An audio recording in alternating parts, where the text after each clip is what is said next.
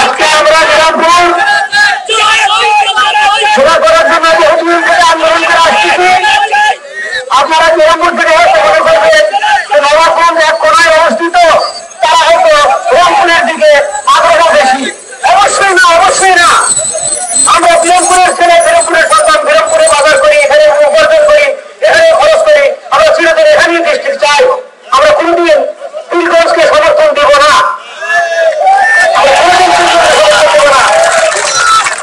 আমরা যতই গল্প গুজব শুনি পীরগঞ্জ খেলা হবে, তারা করবে, কিন্তু আমাদের বিরামপুরকে বাদ দিয়ে নয়, ওদের বিরামপুরে হতে হবে।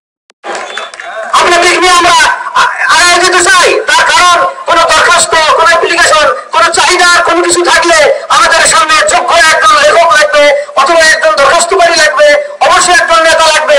আমরা পিছিয়ে পিছিয়ে দৌড়ে কোনো লাভ হবে না। তাই আমাদের নেতৃবৃন্দের উপর আহ্বান আবেদন, আপনারা অবশ্যই আগে আসবেন, আমাদের সমর্থন দেবেন, আমাদের সঙ্গে থাকবেন। আমরা জেলা বাস্তবায়ন করে ছাড়বো ইনশাআল্লাহ। আসসালামু আলাইকুম ওয়া রাহমাতুল্লাহি ওয়া বারাকাতুহু।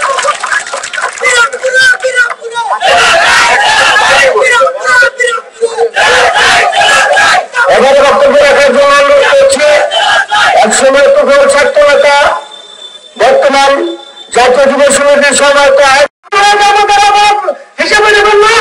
আমরা বিরামপুর জেলা বাস্তবায়নের জন্য আজকে থেকে আন্দোলন শুরু হলো। এর পরবর্তীতে প্রয়োজনে কঠোর থেকে কঠোর আন্দোলন হবে। সেই আন্দোলনে বিরামপুরে সকল ব্যবসায়ী এবং পেশাজীবী ভাইয়েরা যেভাবে ঐক্যমত পোষণ করছে, আমরা বিশ্বাস করি সর্বস্তরের রাজনৈতিক নেতৃত্ব নির্বাচনের পর সক্রিয় অংশগ্রহণ করবেন। সকলকে ধন্যবাদ জানিয়ে আবার একটি স্লোগান আমাদের বিরামপুরে, বিরামপুরে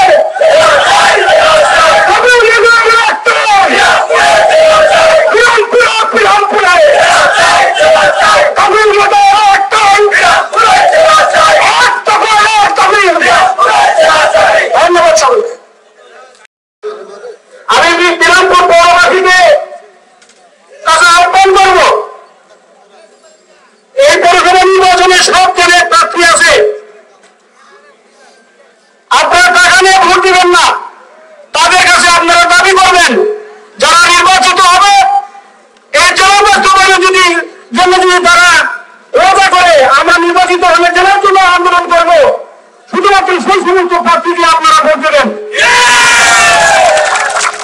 শুধু তাই নয়, প্রতি সর্বদলীয় সব দলের নেতৃবৃন্দ, বিশেষ করে মেয়র, উপজেলা চেয়ারম্যান, বিভিন্ন ইউনিয়নের চেয়ারম্যান থেকে বিভিন্ন দলের যারা সভাপতি, সেক্রেটারি আছে, তারা যদি আমাদের আন্দোলনে একাত্মতা ঘোষণা না করে, আমাদের আন্দোলনে যদি যোগ না দেয়, আজকে যারা রাস্তা অবরোধ করা হয়েছে, আমরা সকলে মিলে তাদের বাড়ি অবরোধ করা। আমি আশা করবো সকলে আমাদের আন্দোলনে যোগ দিবে। এ বলে আমার বক্তব্য। আসসালামু আলাইকুম, ধন্যবাদ। এবারে বক্তব্য রাখার জন্য অনুরোধ করছে গ্রাম পৌরঞ্জীয় গ্রাম ভোরামের সম্মানিত সভাপতি জনাব সিরাজুল ইসলাম ভাইকে। বিসমিল্লাহির রহমানির রহিম। পরন্ত বিকেলে রক্তিম শুভেচ্ছা জানিয়ে আমি আমার বক্তব্য শুরু করতে চাই।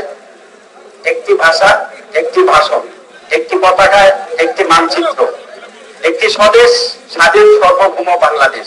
দিব্য উপস্থিতি, দক্ষিণ দিনাজপুরের একটি উপজেলা শহর বিরামপুর, যেখানে ভৌগোলিক দিক থেকে জেলা পাবার সবচেয়ে বেশি দাবিদার। সেই দৃষ্টিকোণ থেকে আমি মনে করি যেটা এখানে 6টা উপজেলা, এই 6টা উপজেলা ভৌগোলিক দিক থেকে বিরামপুরে এগিয়ে আছে।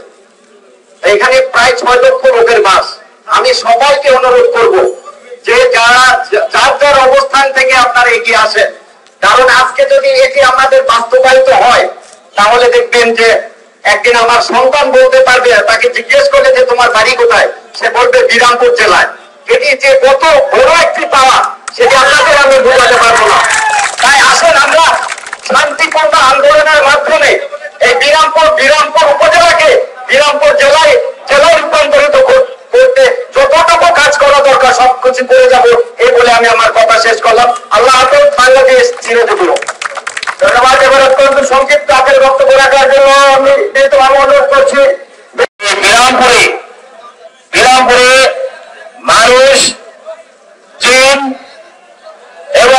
অন্যান্য যারা শয়তান আছেন তারা এখান থেকে তাড়িয়ে যাক এবং দিনাজপুরের জেলা আন্দোলন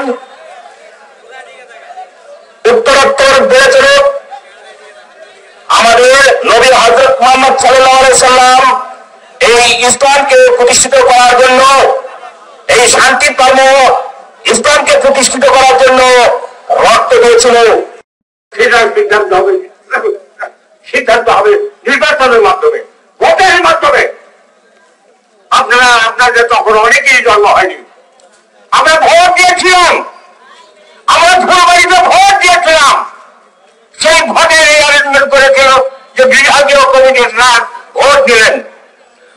উপজেলার ভিতরে সদস্য আমরা ভোট দিয়েছিলাম যে দিনাজপুরের জেলাকায় মাত্র 7 জন সদস্য সেদিন ভোট দিলেন ফুলবাড়িতে। বিএনপির জনগণ দিয়েছিলাম, কিন্তু সেই রিপোর্ট যে বিভাগীয় কমিশনের যে রিপোর্ট, ভোটের রিপোর্ট উনি নিয়ে গেলেন, আজও পর্যন্ত সেটা বাস্তবায়ন হয়নি। On the basis of the report of the vote একটা সিলেকশনের ঘোষণা রাষ্ট্রপতি দেওয়ার কথা ছিল, কিন্তু সেদিন উনি সেই ঘোষণা আজও পর্যন্ত নেয়নি। আজকে যে আন্দোলন মানে কিছুই ছিল না, এককালে রাস্তাটাও ছিল না, জাতির ছাপ ছিল না। আমার বাড়ি ছিল মাহমুদপুরে, তখন পর্যন্ত আমার সন্ধ্যা যদি হয়ে যায় তুই স্টেশনেই থাকিস। আমার জীবন দশায় যে অভূতপূর্ব উন্নয়ন কল্পনা করা যেতে পারে না। শুধু একটি মাত্র প্রশাসনিক ভবন ছিল ইউনিয়ন পরিষদ।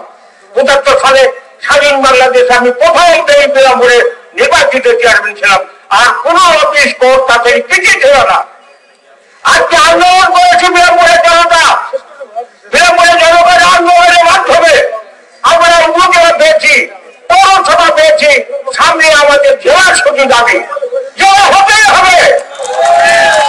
আজকে 4 উপজেলার মহান জনগণ আজকে ম্যান্ডেট দিয়েছে, 4 উপজেলার মহান জনগণ ম্যান্ডেট দিয়েছে বিরামপুরের জেলাটায়। আজকে সেই 4 উপজেলার মানুষ লক্ষ লক্ষ মানুষের প্রাণের দাবিকে উপেক্ষা সরকার করতে পারেনি, করতে পারবে না। আজকে সবচেয়ে বড় বাংলাদেশ শিবির সাবেক এমপি মহোদয়, তিনিও আমার ভোটের আগে আমরা দাবি করেছিলাম যে জেলার দাবিকে প্রতি আপনার সমর্থন দিতে হবে। উনি পার্লামেন্টে উনি প্রধানমন্ত্রী দাবি করেছেন বিরামপুরে। আমার সবচেয়ে বড় দাবি বিরামপুরের জেলাটায় যে আজকে এখানে লিডার অফ পলিটিক্যাল পার্টি সকলে আছে, সব দলের লোক এখানে আসছে। আজকে বিএনপির সমর্থন আছে, জাতীয় পার্টির সমর্থন আছে, সংগঠনের সমর্থন আছে, সরকারি দলের সমর্থন আছে, জনতার সমর্থন আছে। আমাদের আন্দোলন কোনোদিনই ব্যর্থ হবে না। আপনারা জানেন এরপরে আমাদের মাননীয় এমপি সাহেবকে নিয়ে একটা বড় ধরনের একটা জনসভা করবো। সেখানে উনি প্রকাশ্য ঘোষণা দিবেন, প্রকাশ্য ঘোষণা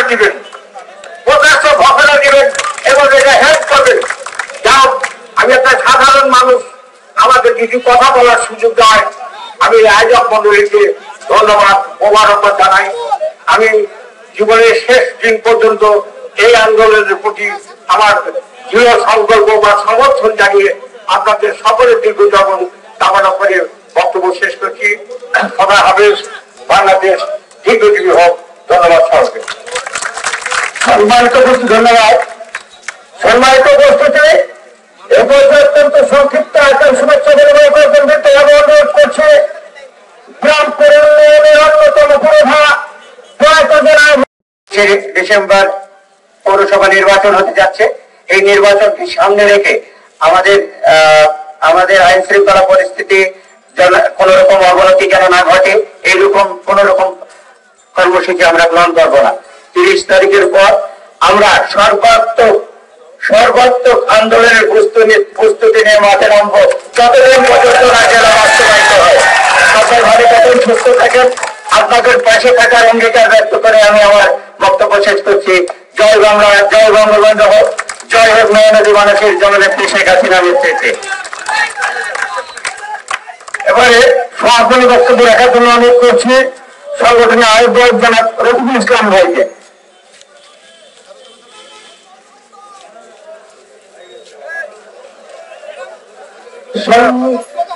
এলাকাবাসী, আমি অনুভূত হয়েছি, আমি কৃতজ্ঞ থাকবো সবাই জীবন। আজকে এই জেলা জমির আন্দোলন করার জন্য আপনারা নিজের ব্যবসা প্রতিষ্ঠান, নিজের সমস্ত পেশা বন্ধ রেখে আজকে সফল করে উপস্থিত হলেন। আমি শ্রদ্ধার সাথে কৃতজ্ঞতা জানাচ্ছি আমার বড় ভাইকে। উনি কথা রেখেছেন, উনি এসছেন, আন্দোলনকে সমর্থন করেছেন এবং আমার বক্তব্য আগে বলেছিলাম 30 তারিখের পরে তারাও মাঠে নামবেন। এই পেশাজীবী সংগঠনটা শুধুমাত্র রাস্তায় থেকে একটা জবাব দিতে চায় যে বিরামপুরের মানুষ ঘুমে নাই, বিরামপুরের মানুষ ঘুমে থাকতে চায় না, জেলার জনগণ ছেলে হয়ে রাস্তায় নামতে প্রস্তুত আছে। আমরা তো অনুরোধ করে আমরা যারা পশ্চিম দিকে অবস্থান করতেছি